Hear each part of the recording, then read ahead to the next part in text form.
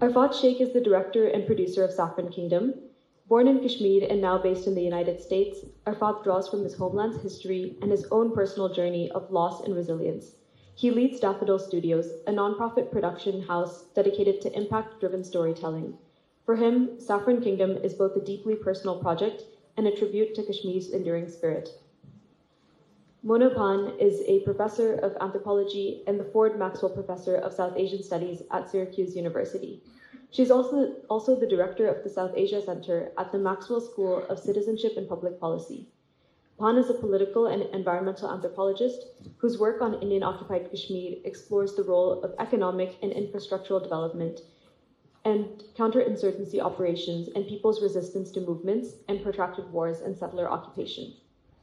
She is the author of Counterinsurgency, Development and Politics of Identity, From Warfare to Welfare, 2014, Climate Without Nature, A Critical Anthropology of the Anthropocene, 2018.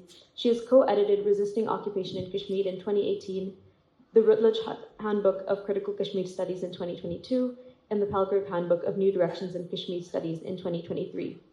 Her current manuscript, entitled Hydropowered Nation, Clean Energy and India's Dirty Wars in Kashmir, examines the intersections between India's environmental and territorial violence in Kashmir.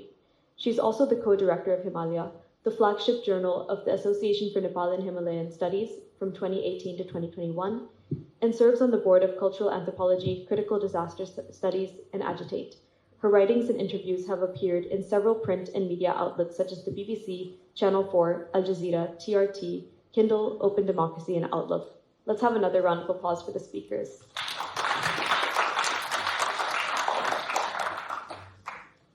To start off, Dr. Bhan, I wanted to ask your reaction, given that this is the first time that you've watched the film. Can you just, talk about your response to it and what stood out to you while watching it? I'm actually really glad that Arfat didn't allow me to watch it on a smaller screen. Am I audible in the room? Yeah, so I'm really thankful to Arfat for not letting me watch this film on a small screen in Madison, where it was screened a few weeks ago at an academic conference. And I see why he asked me to watch it on a screen and just, consume it in its grand, the spectacularity of the film is something I'm obviously still processing. I was just telling him this a few seconds ago, that I was watching it with a pit in my stomach all along. I still feel a little shaky. So it's kind of hard to, come up with very cohesive statements about how I feel. But, one thing that did strike me, even though in the beginning it felt, with the language, and we've had numerous conversations about the use of Kashmiri, and I'll let Arfat obviously speak to that. But, ultimately, I think what I'm taking away from the film is the incongruence of voice, space, sentiment. That's the experience of trauma. That is the fragmentation of our experience is also very indicative of the kind of traumatic experiences most of us who are from Kashmir and elsewhere now have had. So I think that fragmentation, that sort of dissonance between space and voice and accent is, to me, really one of the strongest parts in the film, even though it sounds a little jarring in the beginning. But as you sort of hear, as you kind of try to understand what's actually going on, and also try to understand and see for yourselves that experiences of trauma are not transparent. They're not easily accessible. And I think I got that. I got that from this incongruence. The other thing is, of course, the strength that this is a human story. And it doesn't matter what language it is in, or what accent it is in, and what dialect it is in, or where it's set in terms of space. Of course, that's historically, politically speaking, a very important part of the story. But I do feel very strongly by the end of it, you leave with a sense that this is a profoundly human story. And it resonates and will resonate with everyone who thinks deeply about questions of violence and occupation and militarization. The third thing that I thought was really touching, and perhaps this is because I'm now a mother, and I kind of related to the character of Masrat a little differently perhaps now than I would maybe a decade ago. But I thought that relationship to me was the most touching, the most challenging. And I say it because I feel a lot of people who grow up with violence and with so much trauma, such as Masrat herself, there's ways you can still process it because you've seen it, you've experienced it, you've had communities that you've been in conversation with.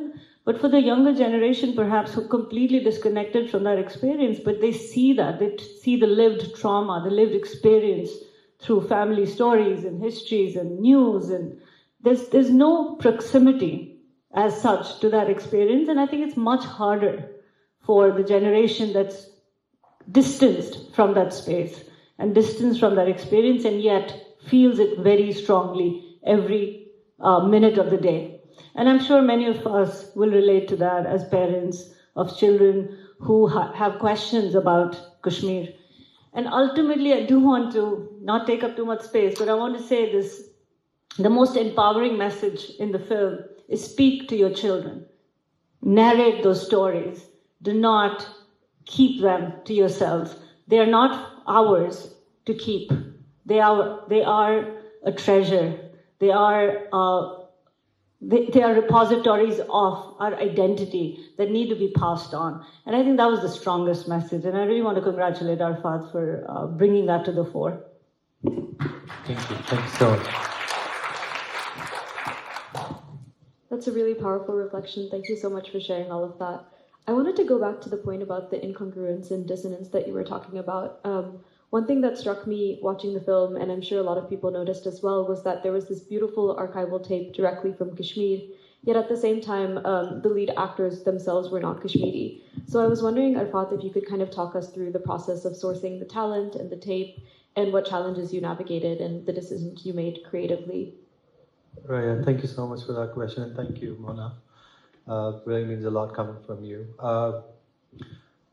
I think the moment we decided that we want to make this film, as in myself and the executive producer on the project, Dr.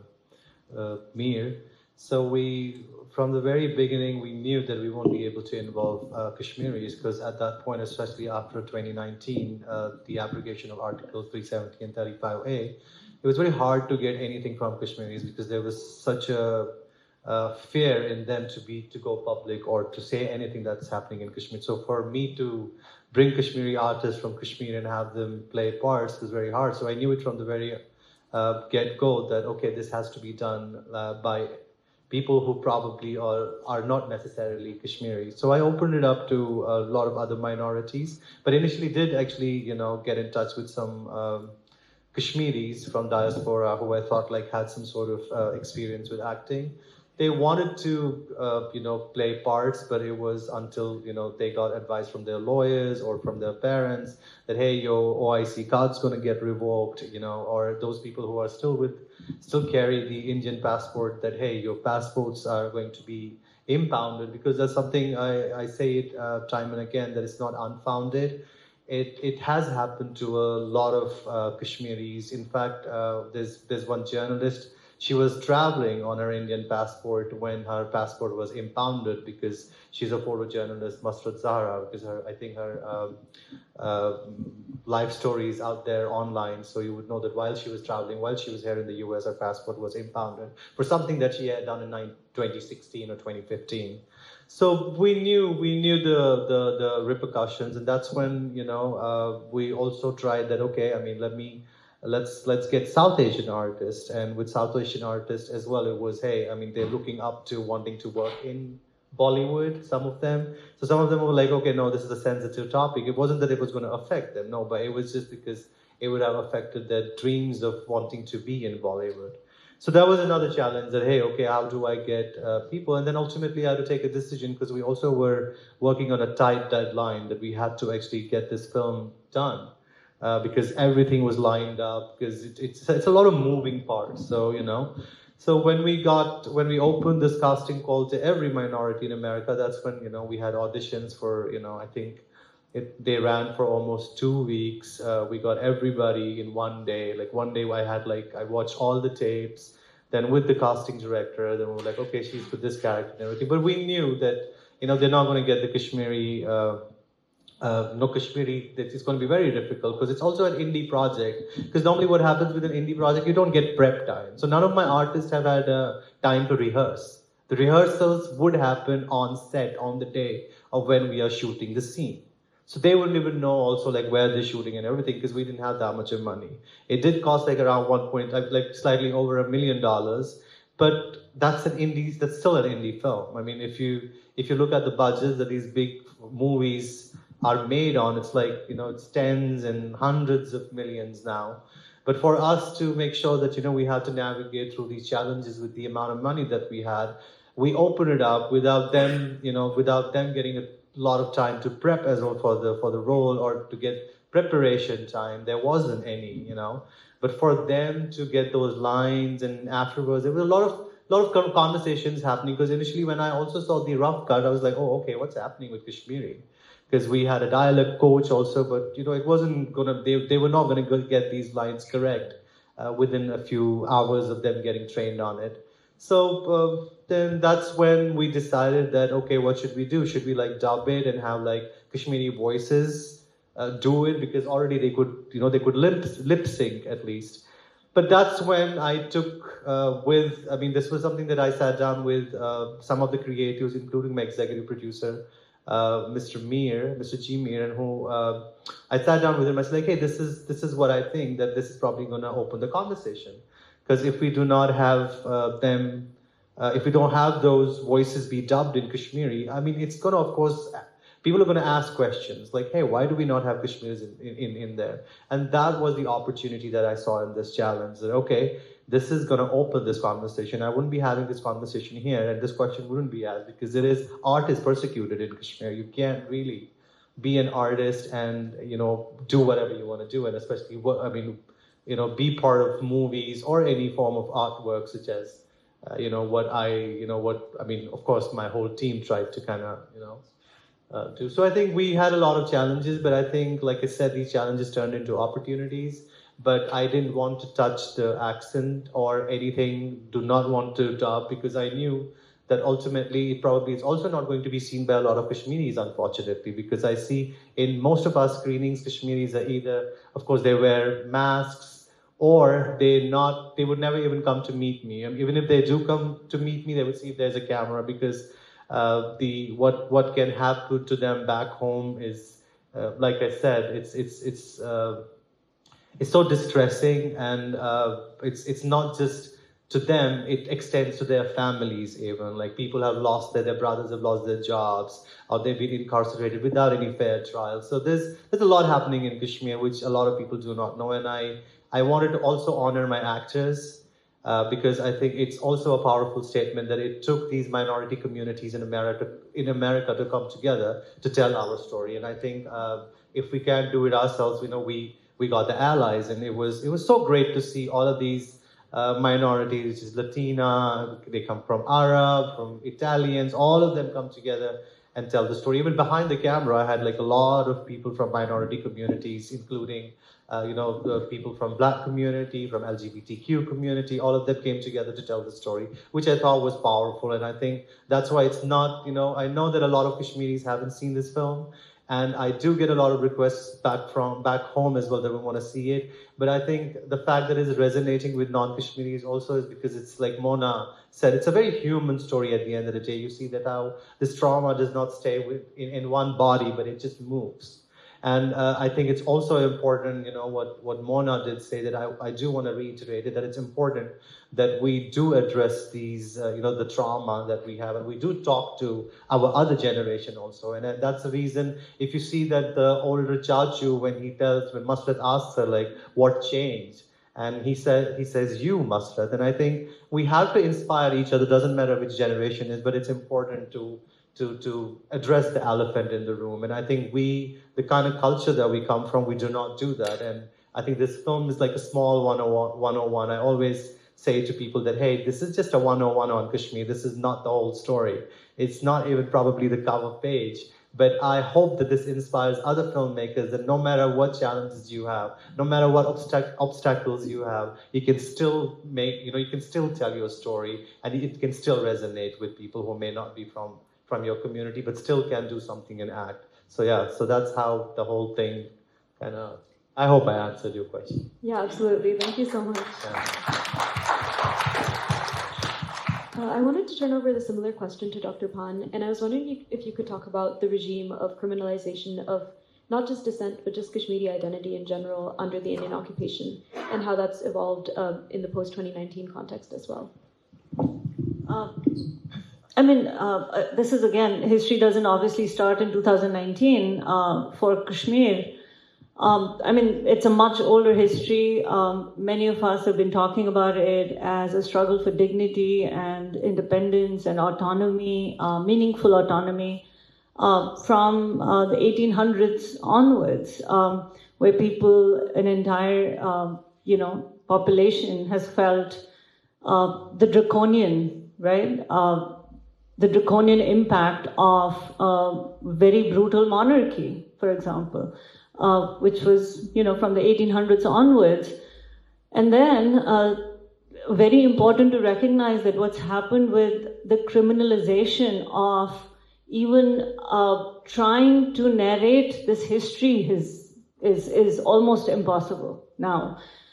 Categories such as occupation, self-determination, Indian-administered Kashmir, those categories have become illegal to use and can get people into trouble. So the point is that this long arc of history and this long arc of Kashmiri resistance against oppression and tyranny dates back to many, many centuries before India and Pakistan even became legitimate state entities.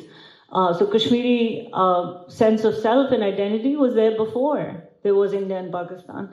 And that kind of an erasure in history, in oral history, in written history is quite palpable now, but has again a deeper history. I'm going back to the 1940s when, people who did not necessarily pick up arms to demand, their right to self-determination, the UN-sanctioned right to self-determination, they were using the pen, right? They were using their writings, and that was the other powerful thing in the film, which I really appreciated, right? That the power of the pen was something that, of course, all empires are anxious about. They're scared of. They're scared of the pen. They've always have been. So you had similar history in Kashmir, right? Where from the 1940s onwards, there was absolute repression of people who dared to write. Whether it was writing in the newspapers, whether it was about banning newspapers, whether it was banning public assemblies, whether it was banning writing letters to the UN to demand that right. So that's a longer history. What we see, of course, from 2019 onwards is the extensive mass criminalization of every form of dissent. I think as an audience, we need to also recognize what dissent is. Right? Dissent doesn't just mean picking up a stone and throwing it at a military convoy. Dissent could mean it's about, are you able to live in dignity? Are you able to breathe freely, right? And even that one breath of freedom is something that people don't have. So it is the ultimate form of indignity that people are suffering from. So dissent in that context, this is a sentence that stayed with me. It's a very powerful line from one of my interlocutors from Kashmir. And I don't know how many of you understand Urdu, but I was asking him about resistance and what it meant to him. And he said to me that jab kuch nahi ho to ghas bhi barood ban jata hai, right? So it is the power of every little object to turn into a weapon of resistance, even if it's a blade of grass. And that stayed with me, because what is resistance? It could be somebody breathing becomes or is read as resistance, or is read as dissent. The very right to exist becomes dissent in many, many cases, as we know of how so many cases that, of course, we've been seeing up close. So the point here is, right now, going back to your question, that there is multiple laws that, of course, are in operation from UAPA, which is an amended law that can enable the state to declare individuals as terrorists, right? So what's happening is a lot of writers, a lot of journalists, filmmakers, artists are being branded terrorists. And there are new terms that have been devised now to demonize them, to villainize them, criminalize them, and to merit legal proceedings against them. And that is overground workers, there's white-collar terrorism, there's all kinds of newly fangled terms that is being used en masse to silence people. There's that, but there's also, at a more fundamental level, schools are being taken over by the military, by the Indian state. There's 219 schools that were taken over by the Indian state just in the past few months. So it is education at that level, the control over the curriculum even, right, which is being used to silence and erase precisely the kind of stories that constitute our collective history. So that's, I have so much more there that I'm sure Arfat can jump into that too, and then we can go back and forth. But I have so much, I just don't want to take up too much space. But there's all forms of other criminalization that we have witnessed, which includes, of course, the end of any kind of human rights documentation in Kashmir. And that's something I do want to belabor because Khurram Parvez, this is his 4th year in prison. It's Irfan, who's a journalist, a young journalist I've worked with very closely. This is his 3rd year now. He's starting almost his 3rd year in prison. And this was for credible human rights work done through painstaking research, right? And work that's been legitimized by international bodies such as the UN. All that work has come to a complete standstill. So what we now have is a complete sort of deafening silence where we don't hear stories that are actually true, but on the contrary, what we are hearing are manufactured tales of normalcy, tourism. Even though Pahalgam happened, tourism came to a standstill, there's no tourism, people are suffering, there's mass unemployment. And yet, what you hear on social media, it's as if there's, mass tourism still happening. But again, I mean, tourism has been used as a weapon to portray Kashmir as this normal space, as a paradise that can be consumed by Indians and others alike, while Kashmiri voices are stifled and silenced along the way. Yeah. Thank you. That was such a crucial overview. And that actually leads to another question I wanted to ask about knowledge production and this idea of archival work or producing scholarship and even thinking through the history of Kashmir. Arfat, I wanted to ask you what made you choose an academic as the main character for the film, and just the decisions behind that. And then after that, Dr. Bhan, if you could kind of talk about the role of knowledge production and provide some detail on how that has been policed and repressed both in Kashmir but also outside of the borders of the occupation. Right, yeah, thank you. I think from the very there were certain decisions that we took from the very onset, and one of that was that we want to make sure that the protagonist in the film is a woman, and it was also a decision that we wanted to take because I've said this I think a few times before as well, that we wanted to pay homage to all these women who are so resilient and have suffered, and there's not much that we talk about them, and I thought that this was my way of kind of getting them into the forefront and say hey, it isn't just men, because we usually talk about men, but we do not usually say how much they have suffered, and we don't show the resilience that especially women from all these occupations have, because they the amount of the amount of humiliation that they also go through because of the constant army presence and everything. So I thought that was always the intention, to make sure that the main lead in the film is a woman. But how did I choose to get the academia into it? I was inspired by the likes of, Mona Bhan, Hafsa Kanjwal, Athar Zia, because they've done such an amazing work. I mean, if it wasn't for these guys who just started a sort of there was like a watershed of sort of, you know, scholarship that was done by the likes of, you know, Mona. So I thought it was also important to recognize that also. And I've just said this, I mean, I don't know why I'll keep saying that I've said this before, because I really have. And I think I also believe in somehow I, you know, get the intertextuality in my, you know, subject matter. So it was in a way to get all those books. The books that you see, you know, all of them are banned, by the way, and that wasn't before the movie, which is after the movie was released. Not because of this film, but it was banned because, of course, they expose India's war crime. I mean, different war crimes that India commits in Kashmir. So getting those into, unfortunately, I thought that the screen was a little bit too contrast here, and you could not even see the reports because the towards the end as well also, the reports that you see in Masrat's hands are actually the reports from JKCCS. Even the last, when she says that Wafa has left this last accounts for you, that paper in the binder, they're all reports from JKCCS. So that's what Mona was speaking about, that how that has come to a stand. I mean, that has been stalled, and because Khurram Parvez is in jail. And the irony is that he's also the most influential person, and the influential person is still in jail.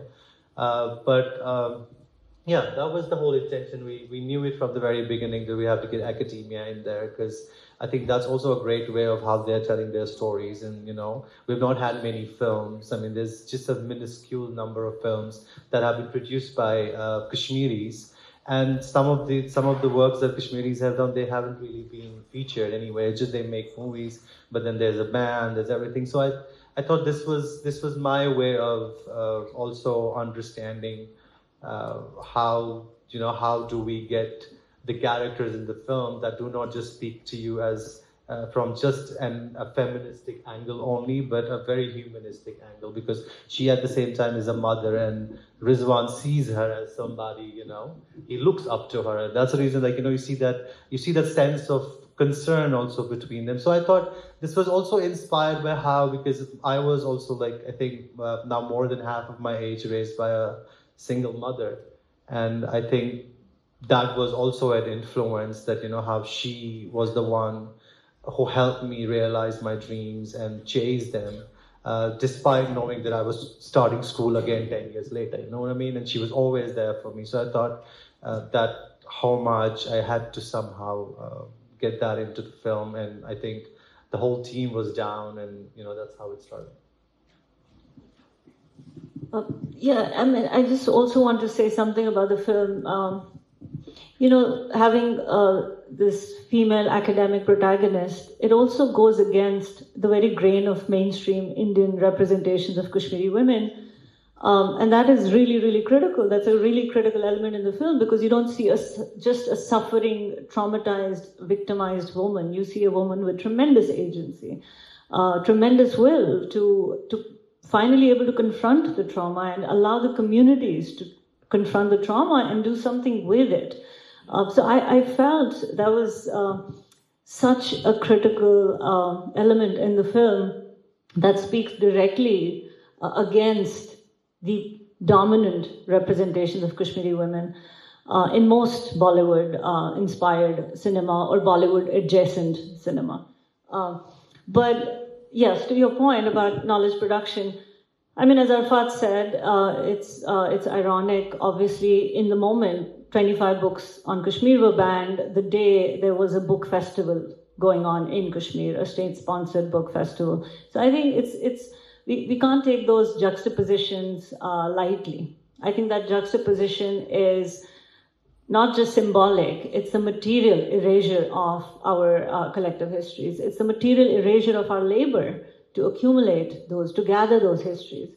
So for us, as you know, I'm part of this Critical Kashmiri Studies Collective, and you know, some of the members that Arfat named here, we've all collectively tried to create a space, at least in the academic context, in the US, in Europe, UK, to legitimize our narratives, our stories. I remember back in the day, when I just started out, the reviews we would get were extremely hostile.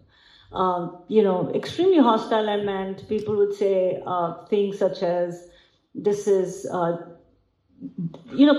say anything to delegitimize the scholarship, calling us terror sympathizers and so on and so forth. Of course, language that's now been taken on by the state and is used in their petitions against books and against us as authors. So that's an ongoing struggle. But of course, what's happening within India is also something we need to be very mindful of. It's impossible for young scholars in Kashmir, but also Kashmiris outside of Kashmir, to work on meaningful issues. So they have to, they're policed by their committees, they're policed by the administration in these universities. There's people fired, suspended, there's professors being suspended from Kashmiri University, for example, for being called terror sympathizers.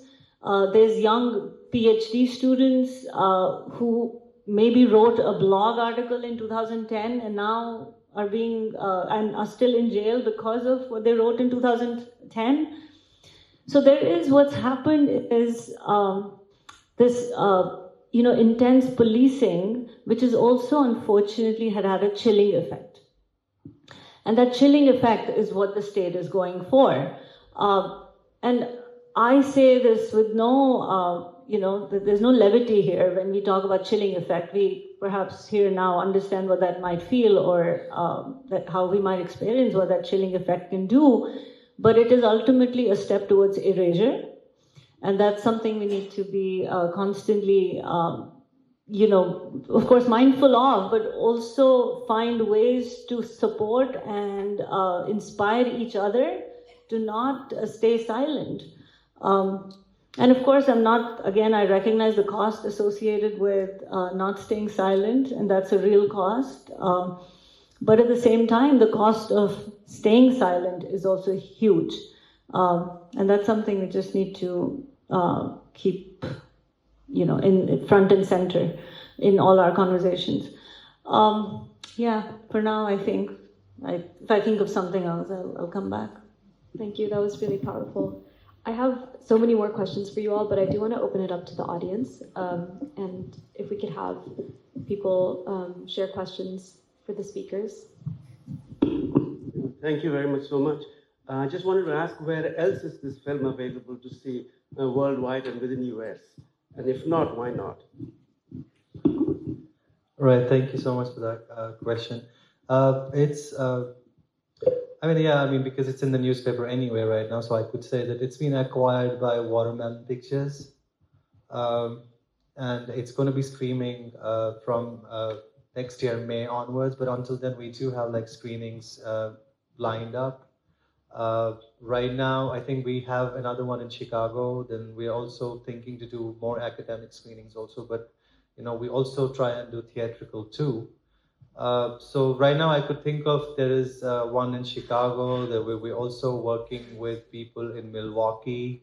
We also have on December 6th in LA. And then we have in Ohio this weekend, right? No, on the 16th of November. That's also theatrical. But other than that, it's also playing in Berlin this month. We have a Germany premiere on the 22nd. Then in London, in SOAS University of School, London University, you have it on the 22nd, where actually Hafsa Kanjwal is also joining me for the panel discussion. But other than that, the question that why not is the reason that you have festivals such as Teaneck Film Festival, and you also do have, thank God, streaming services such as Watermelon Pictures, because you usually get a lot of pushback also if you want to put something of this sort on Netflix or on Amazon, because again, India is a huge consumer market for both these giants. And for them to annoy the Indians would mean that they are actually losing out on that market. And I don't think they're going to take that risk. But we're still trying to see if we could get a bigger distribution deal. But as of now, we're grateful for Watermelon Pictures who have seen the movie and they find there's a lot of value in it. And I think it also is a great time to go with Watermelon Pictures, I believe, because I think they're also doing some exemplary, groundbreaking work with the kind of content that they're creating, from No Other Land to The Voice of Hind Rajab, I think all of those movies, the documentaries, is resonating with a lot of audiences because of the ongoing genocide that's happening right now. So I think watermelon pictures, but if there is a bigger streaming, deal that we might get, you would always get that information through our socials or through our website, daffodilstudios.org. Question to Ms. Mona Bhan, Dr. Mona Bhan. After seeing and listening and also experiencing so much happenings in that state, a beautiful paradise on earth, what do you think we are going from here, or what is the future of the locals, their fate and the future, where they can see, going to go from here? And in all respects, like a normal life or economic, or the future, or the education, everything is being affected. Thank you. I mean, that's a difficult question, but just to give you a sense of, and I'm sure you know that's why you're asking that question, but just in the interest of everybody else who might not know exactly what all is happening, it's this sort of broad-based assault, the settler colonial assault, as we call it, on people's abilities to own land, survive economically, ecological catastrophe that the settler colonial regime has brought on, which of course spells disaster for the present and the future of not just Kashmir, but of the wider subcontinent too, and perhaps beyond. So what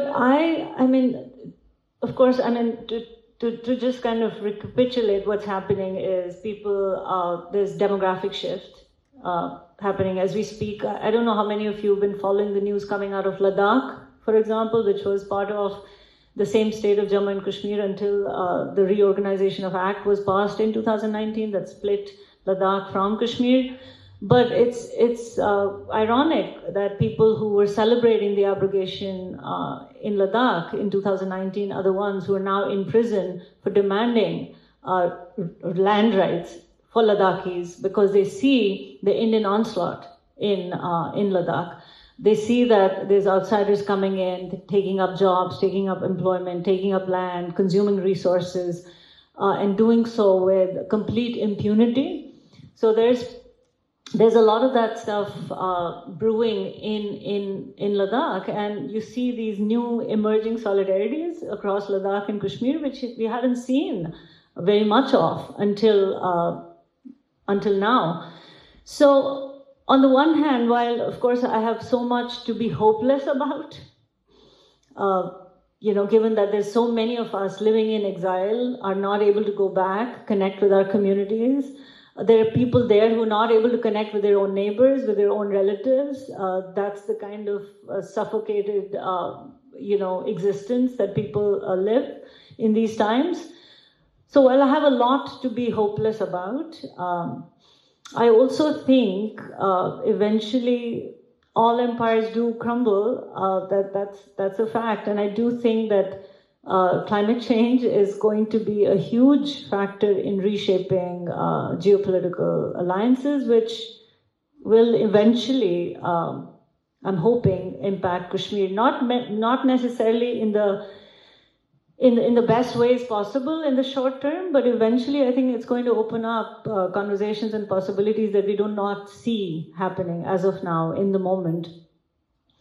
But beyond that, I think what we have to recognize is, and I said this yesterday in another gathering, that Kashmir is a global issue.